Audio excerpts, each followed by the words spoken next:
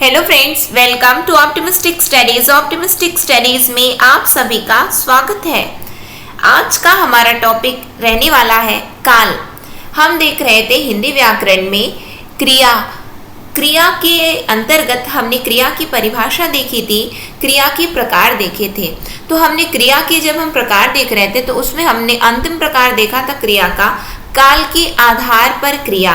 जब हम काल के आधार पर क्रिया देख रहे थे तो हमें ये पता चला कि क्रिया 3 प्रकार की होती है काल के आधार पर। कौन कौन सी? तो वर्तमान कालिक क्रिया, भूतकालिक की क्रिया एवं भविष्यकालिक क्रिया।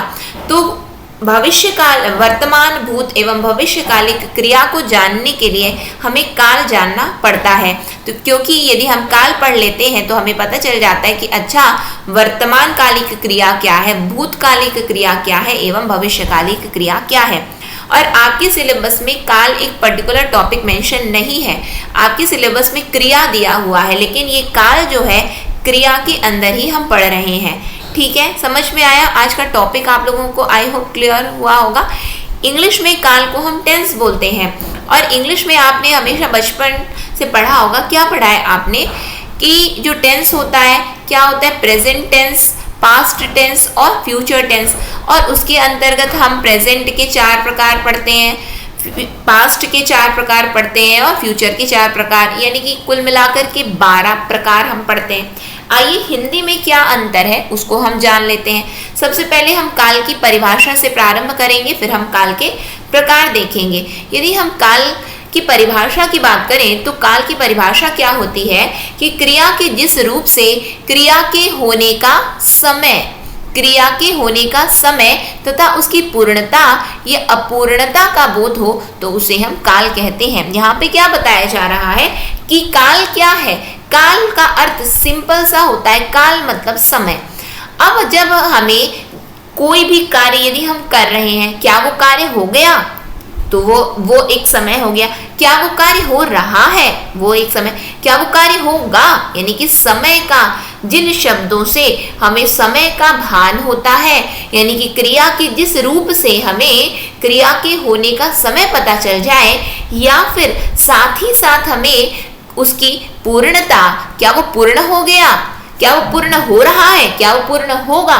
तो पूर्णता एवं अपूर्णता का यदि हमें भान हो जाए तो ऐसी क्रिया के रूप को हम क्या कहते हैं? तो हम काल कहते हैं। क्रिया के जिस रूप से क्रिया के होने का समय तथा पूर्णता अपूर्णता का बोध हो उसे ही हम काल कहते हैं। अर्थात काल के द्वारा हम पहचानते हैं कि क्रिया हो चुकी है या हो रही है अथवा होगी। जैसा कि मैंने आप लोगों को बताया, उदाहरण भी वही दिया गया है। वह बाजार जाता है तो क्या हो गया? वर्तमान स्थिति बोधक है। वह बाजार जाता था भूतकालिक है। वह बाजार जाएगा भविष्यकालिक है। समझ में आया? तो ये होता है कि समय का हमें भान हो रहा है तो वो काल है। ये क्रिया का ही प्रकार है। जाता है, जाता था, जाएगा, ये क्या है? ये सब क्रिया है। ठीक, फिर काल के भेद क्या होते हैं? तो काल के 3 भेद होते हैं। कौन कौन से? वर्तमान काल, भूतकाल एवं भविष्यकाल। तो एक एक करके सभी काल को देख लेते हैं। वर्तमान काल क्या होता है? वर्तमान मतलब कि वर्तमान समय में किसी कार्य का जब हम होना पाते हैं तो उसे ही हम वर्तमान काल कहेंगे। वर्तमान समय में जब हम किसी कार्य का होना पाएंगे तो उसे ही हम वर्तमान काल कहेंगे। तो पहचाने कैसे? तो ता है, ती है, ते है, रहा है, रही है, रहे हैं, यदि ये लग जाता है तो उसको ही हम समझ लेंगे कि वर्तमान समय को बता रहा है। वर्तमान सूचक ये शब्द है। ठीक, जैसे कि उदाहरण में यदि हम देखें कि वह आता है, वह आती है, वह सोता है, वह सोती है, वे आ रहे हैं। ठीक, वो जा रही है, वो जा रहा है। ये क्या है? ये वर्तमान समय की स्थिति है। तो इसको ही हम, ये क्रिया का कौन सा रूप है? तो वर्तमान रूप है। वर्तमान समय में क्रिया के होने का भान करवा रहा है तो उसे ही हम वर्तमान काल कहेंगे। वर्तमान काल के भेद हम देख लेते हैं। काल का 3 भेद। कौन कौन सा? वर्तमान, भूत एवं भविष्य। ठीक, अब वर्तमान के भेद देख रहे हैं। वर्तमान के कितने भेद? तो वर्तमान के 5 भेद। कौन कौन से हैं? आइए देखते हैं, समझ लेते हैं कि वर्तमान के कितने भेद होते हैं। तो वर्तमान काल के 5 भेद होते हैं। कौन कौन से होते हैं?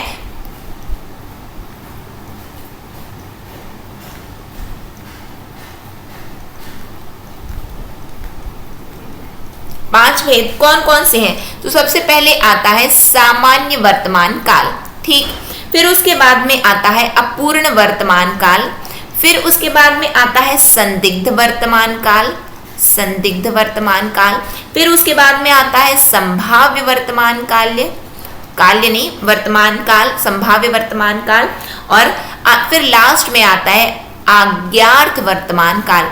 नाम में ही इनका अर्थ निहित है, नाम में ही। सामान्य मतलब कि प्रेजेंट में अभी जो चल रहा है, जो बिल्कुल एकदम वर्तमान में हम पा रहे हैं जिस कार्य को। अपूर्ण मतलब अपूर्ण है, संदिग्ध मतलब संदेह है, संभाव्य मतलब संभावना है, आज्ञार्थ मतलब आज्ञा सूचक है। एक एक करके देखेंगे, सब कुछ आपको समझ में आ जाएगा। ठीक, सामान्य वर्तमान काल की हम बात कर लेते हैं। इसमें क्रिया का वर्तमान में होना पाया जाता है। सामान्य है, क्रिया का वर्तमान में होना पाया जा रहा है। इसमें मैं पढ़ता हूं, तुम लिखते हो, वह विद्यालय जाता है, वर्तमान समय में होना पाया जा रहा है। तो ये क्या है? ये किसके उदाहरण है? ये सामान्य वर्तमान काल के उदाहरण है। अपूर्ण वर्तमान काल का अर्थ क्या हुआ? यह क्रिया की निरंतरता का द्योतक है। इसमें क्रिया का वर्तमान काल में संपन्न होना पाया जाता है। जो निरंतर जो चल रहा है, हुआ है नहीं हुआ है ये नहीं बता रहा है, वो निरंतर चल रहा है। जैसे बोलते हैं ना, I am going to market, मैं बाजार जा रहा हूं, निरंतर है ये। पूर्णता अपूर्णता नहीं बता रहा है ये। ठीक, तो ये अपूर्ण ही है, इसीलिए ये निरंतर जो है तो वो अपूर्ण ही तो हुआ। वहां पे पूर्णता आई क्या? नहीं आई। तो हम लोग आ रहे हैं, निरंतर है, हम आ रहे हैं। श्याम खाना खा रहा है, खा चुका क्या? नहीं, ये तो नहीं बता रहे। वर्तमान में चल रहा है, जो चल रहा है, जो निरंतर जो प्रक्रिया हो रही है वही अपूर्ण है।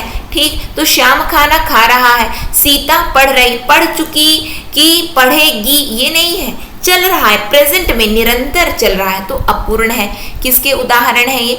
अपूर्ण वर्तमान काल का उदाहरण है। आई होप समझ में आ रहा हो आप लोगों को। ठीक, फिर संदिग्ध वर्तमान क्या होता है? इसमें संदेह प्रकट किया जाता है, मतलब क्रिया के होने पर संदेह प्रकट किया जाता है।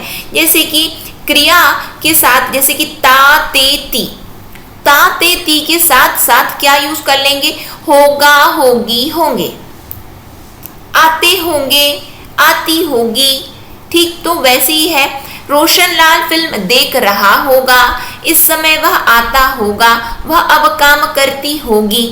है वर्तमान लेकिन संदिग्ध है वर्तमान लेकिन संदिग्ध है। संदेह, क्रिया के होने पर संदेह है, तो इसको ही हम क्या बोलेंगे? संदिग्ध बोलेंगे। क्या बोलेंगे? इस तरीके से प्रश्न आए तो गलत नहीं होना चाहिए आप लोगों का, है ना। ये संदिग्ध है। फिर उसके बाद में यदि हम बात करें कि संभाव्य क्या होता है, संभाव्य वर्तमान क्या होता है, तो कार्य के पूरा होने की संभावना रहती है, संभावना है, उसमें संदेह था, ये संभावना बनी हुई है पूरी। शायद आज मैं पूरा पढ़ लूंगा, संभवतः वह पटना से आया होगा। वर्तमान तो है लेकिन संभावना है, संभावना है, तो ये क्या है? संभाव्य वर्तमान काल है। अब हम आ जाते 5वें में, जो कि अंतिम है वर्तमान का, तो आज्ञार्थ वर्तमान। ये क्या होता है? तो क्रिया के व्यापार को वर्तमान समय में ही चलाने की आज्ञा बोध कराने वाले आज्ञार्थ वर्तमान काल कहलाते। आज्ञा का बोध करवा रहे, राम तू पढ़, तुम यह पाठ पढ़ो, यानी कि वर्तमान में है लेकिन आज्ञा दे रहे हैं। तो जो आज्ञा का बोध करवा दे तो उसको हम क्या बोलेंगे? आज्ञार्थ वर्तमान बोलेंगे। क्लियर है? इतनी बातें समझ में आई? आपको याद क्या करना है? 5 भेद। वर्तमान के कितने भेद? 5 भेद। कौन कौन से? सामान्य, सामान्य, अपूर्ण, अपूर्ण, और कौन सा? संदिग्ध, और कौन सा? संभाव्य, और कौन सा? तो आज्ञार्थ। क्लियर है? समझ में आया? अब हम आ जाते हैं भूतकाल। अब भूतकाल मतलब आप क्या समझते हैं, परिभाषा आप क्या समझते हैं? तो बीता हुआ समय ही क्या कहलाता है, भूतकाल। तो क्रिया के जिस रूप में भूतकाल यानी कि बीते हुए समय में क्रिया का होना प्रकट हो तो उसे हम भूतकाल कहते हैं। जैसे कि था, थे, थी, रहा था, रही थी, रहे थे, इस तरीके से यदि रहता है तो हमें बिल्कुल समझ जाना है कि ये भूतकाल के बारे में बताया जा रहा है। भूतकाल के वह जा रहा था, वह जा रही थी, ठीक, वह जा रहे थे, ये सभी भूतकाल है। लेकिन भूतकाल के 6 वेद होते हैं। 6 वेद किसके होते हैं? भूतकाल के। वर्तमान के 5, भूत के 6। कौन कौन से होते हैं आइए देखें, समझ लेते हैं हम।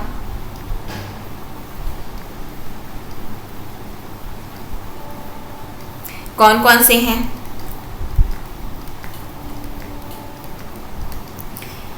तो सबसे पहले माना जाता है भूतकाल का भेद जो है सामान्य भूतकाल। फिर क्या माना जाता है? आसन्न। क्या है? आसन्न भूतकाल। फिर माना जाता है पूर्ण भूतकाल। फिर माना जाता है अपूर्ण भूतकाल। फिर माना जाता है संदिग्ध भूतकाल। फिर माना जाता है हेतु मद भूतकाल। एक एक करके सबको देखेंगे, सब समझ में आ जाएगा हमें, ठीक है।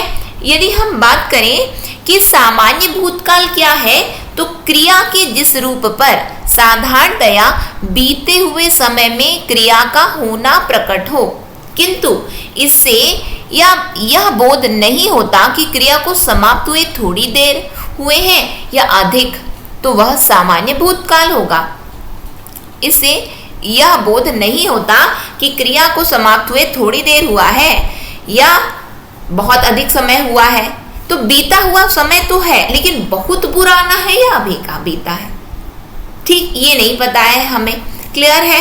तो ये होता है सामान्य भूतकाल। पहचान कैसे करेंगे? तो अंत में या, ये, ई या फिर ए, ई या आ आते हैं। जैसे कि आइए देखते हैं, मोहन आया, अभी तुरंत आया, बहुत देर पहले आया, ये पूरे क्लियर नहीं। सुरेश ने खाना खाया, मतलब कि तुरंत अभी खाया या बहुत पहले खा चुका है, ये नहीं पता चल रहा है, लेकिन ये भूत की बात जरूर बता रहा है कि हाँ हो चुका है, ये क्रिया हो चुकी है। राम प्रकाश ने चश्मा पहना, अभी पहना या बहुत पहले से पहन के रखा हुआ है, तो ये पता चल रहा है क्या? नहीं पता चल रहा है। तो ये क्या है? तो ये है सामान्य भूतकाल। क्या है? सामान्य भूतकाल, ठीक। फिर उसके बाद में हम आगे देखते हैं आसन्न भूतकाल। आसन्न क्या होता है? आसन्न मतलब कि निकट।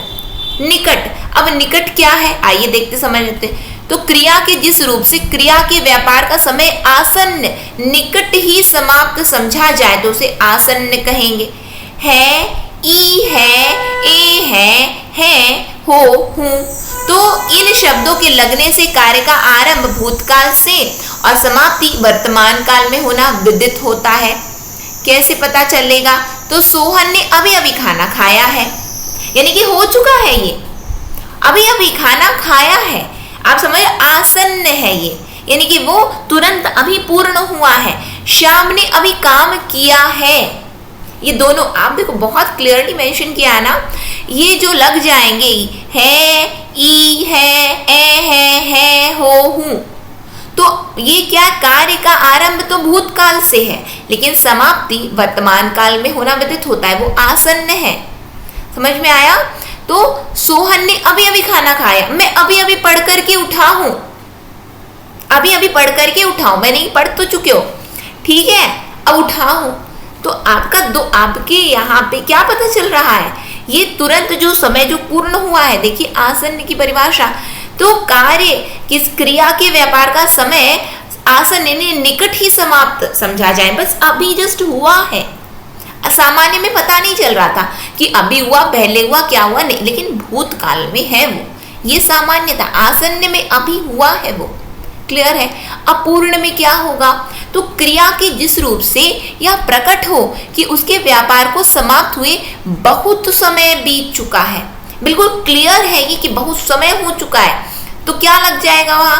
था, थी, ई थी, थे, ए थे, आए थे, है ना, उसके पिताजी आए थे, मेरी मित्र आई थी, ठीक है, तो मेरी सखी आई थी। तो यहाँ पे यदि हम देखें तो राम ने श्याम को पीटा था, यानी कि बहुत पहले पीटा था, अभी की बात नहीं है, है ना।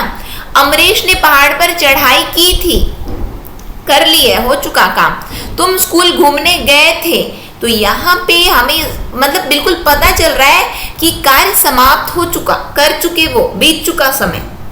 ये क्या बता रहा है, ये पूर्ण भूतकाल बता रहा है। क्लियर है, समझ में आया। फिर यदि हम बात करें अपूर्ण की, तो अपूर्ण मतलब क्या है कि क्रिया के जिस रूप से यह जाना जाए कि क्रिया भूतकाल में हो रही थी, यह जाना जाए कि क्रिया भूतकाल में हो रही थी किंतु उसकी समाप्ति का पता ना चले। हो तो रही थी लेकिन समाप्ति हुई कि नहीं पता नहीं। रहा था, रही थी, रहे थे। जैसे कि सचिन फिल्म देख रहा था, यानी कि देख के उड़ गया, ये अभी भी देख ही रहा है। मिथिलेश गाना गा रहा था, तो अभी क्या है नहीं पता अपने को। हम लोग पटना से आ रहे थे, आ गए कि नहीं, मतलब कि क्या है, क्या स्थिति, ये पता नहीं है। तो यहाँ पे जिस रूप से यह जाना जाए कि क्रिया भूतकाल में हो रही थी लेकिन तो उसकी समाप्ति का पता ना चले, समाप्ति का पता चल जाएगा तो वो तो पूर्ण हो जाएगा। समाप्ति का पता नहीं चला है इसीलिए तो वो अपूर्ण है। क्लियर है, समझ में, अंतर समझ में आ रहा है। आसन्न, निकट में, जस्ट अभी हुआ। सामान्य मतलब कुछ पता ही नहीं, अतः पता ही नहीं है। पूर्ण में बिल्कुल पता चल गया कि हो चुका। अपूर्ण में समाप्ति हुई कि नहीं पता ही नहीं है, लेकिन वो भूतकाल में तो हुई थी वो घटना। मतलब अंतर को समझो, सब कुछ क्लियर हो जाएगा आपको। ठीक, फिर उसके बाद में क्या है, संदिग्ध। संदिग्ध में क्या है, तो क्रिया के जिस रूप से भूतकाल तो प्रकट हो किंतु क्रिया के होने में संदेह हो तो उसे संदिग्ध बोलेंगे। वर्तमान में भी जहाँ पे संदेह हो तो उसे ही संदिग्ध बोल, जैसे कि होगा, होगी, होंगे। जैसे कि हम बात करें, गीता ने कहानी सुनाई होगी, संदेह बना है, सुनाई कि नहीं सुनाई पता ही नहीं है। छोटू घर पहुंच गया होगा, है ना। हम सोचते हैं जैसे कि कोई आपके घर से निकला, आप अनुमान लगा रहे हैं, संदेह, संदेह बना हुआ है, पहुंच गया होगा, हो सकता है पहुंच गया होगा, यानी कि संदेह बना हुआ है। ठीक, तो मनीष ने पुस्तक समाप्त कर ली होगी, संदेह बना हुआ है, तो ये क्या है, ये है आपका संदिग्ध भूतकाल। ठीक, संदेह है। अब हेतु हेतु मद क्या होता है, हेतु हेतु मद भूतकाल जिसमें भूतकाल में होने वाली क्रिया का होना किसी दूसरी क्रिया के होने पर अवलंबित हो, अर्थात एक क्रिया दूसरी क्रिया का कारण हो तो उसे हम हेतु हेतु मद कहेंगे। तातेती, तातेती मतलब आज बारिश होती तो मैं घूमने जाता, होती तो जाता, नहीं होती तो नहीं जाता। ठीक है, आज मौसम अच्छा होता तो बंक मार देते। ठीक, यदि विक्रम पढ़ता तो पास होता, पढ़ोगे तो पास होगे बोलते हैं ना, तो वही है। यदि सोहन समय पर घर ना पहुंचता तो पैसा ना मिलता। ठीक, ये क्या है, हेतु हेतु, यानी कि एक क्रिया दूसरी क्रिया पर निर्भर, ये होगा तो दूसरी होगी, ये नहीं हुआ तो दूसरी नहीं, ये हेतु हेतु मद भूतकाल होता है। तो ये 6 प्रकार हमने देख लिए किसके, तो भूतकाल के। आई होप आप सभी को क्लियर भी हो गया। अब भविष्यत भूतकाल क्या, सॉरी, एक भविष्यत काल क्या होता है, तो भविष्यत काल का मतलब होता है कि आने वाला समय, भविष्य मतलब आने वाला समय, और क्रिया के जिस रूप से आने वाले समय में क्रिया का होना प्रकट हो तो उसे भविष्यत या भविष्य काल कहेंगे। गागेगी, गागेगी आ जाए, यानी कि वह आम खाएगा, अभिमन्यु गाड़ी चलाएगा, यदि वर्षा होगी तो फसल अच्छी होगी। ये क्या है, भविष्य, आने वाले समय के बारे में आप बोल रहे हो। ठीक है, अब भविष्य काल के प्रकार देख लेते हैं, भेद देख लेते हैं। तो इसके 3 भेद होते हैं। कितने भेद, तो इसके 3 भेद होते हैं। वर्तमान के कितने, 5, भूत के कितने, 6, भविष्य के कितने, 3, कुल मिला के कितने हुए बताइए, 11 और 3 14। इंग्लिश में कितना पढ़ते हो, 12 पढ़ते हो। ठीक, समझ में आया, अंतर समझ में आया। हिंदी में कितना पढ़ रहे हो, 14 पढ़ रहे हो। तो भविष्यत काल के भेद कौन कौन से हैं, तो सबसे पहले आता है सामान्य भविष्यत, फिर आता है संभाव्य भविष्यत, संभाव्य, फिर उसके बाद आता है हेतु हेतु, हेतु हेतु मद, हेतु हेतु मद भविष्यत काल। यानी कि अब तक हमने जो पढ़ा, आई होप मीनिंग भी क्लियर हो गया होगा, कहीं पे कोई डाउट नहीं होगा। सामान्य भविष्य में क्या आएगा बताइए? तो क्रिया के जिस रूप से सामान्य भविष्य यानी कि आने वाले काल में क्रिया का होना पाया जाएगा, सामान्य भविष्य, तो वह सामान्य भविष्य काल कहलाएगा।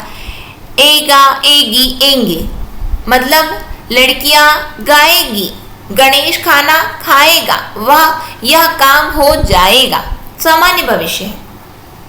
ठीक है, आने वाले समय में कोई कार्य हमें पता चल रहा है, क्रिया का पता चल गया, क्रिया कब हो रही है तो आने वाले समय में होगी, तो उसे हम भविष्य काल कहेंगे, भविष्य सामान्य भविष्य कहेंगे। ठीक, संभाव्य क्या है? जहाँ पे संभावना है, संभावना या इच्छा प्रकट की गई हो वह संभाव्य है। जहाँ भविष्य काल में होने वाली क्रिया के बारे में संभावना या इच्छा हो, ई, ए, ओ, उ क्या है मतलब इसका? इसके बाद मैं क्या करूं? संभव है आज वर्षा हो, शायद आज मेरा मित्र आए। आप घर से निकल रहे हैं, लगता है आज पानी गिरेगा, है ना? संभावना है, आपको लग रहा है कि ये पानी गिरेगा, समझ में आया? तो ये क्या है? संभाव्य, यानी आपके मन में संभावना ये बनी हुई है, यानी कि ये कार्य होगा, आने वाले समय में ये कार्य होने वाला है, क्या करूं? ठीक है, समझ में आया?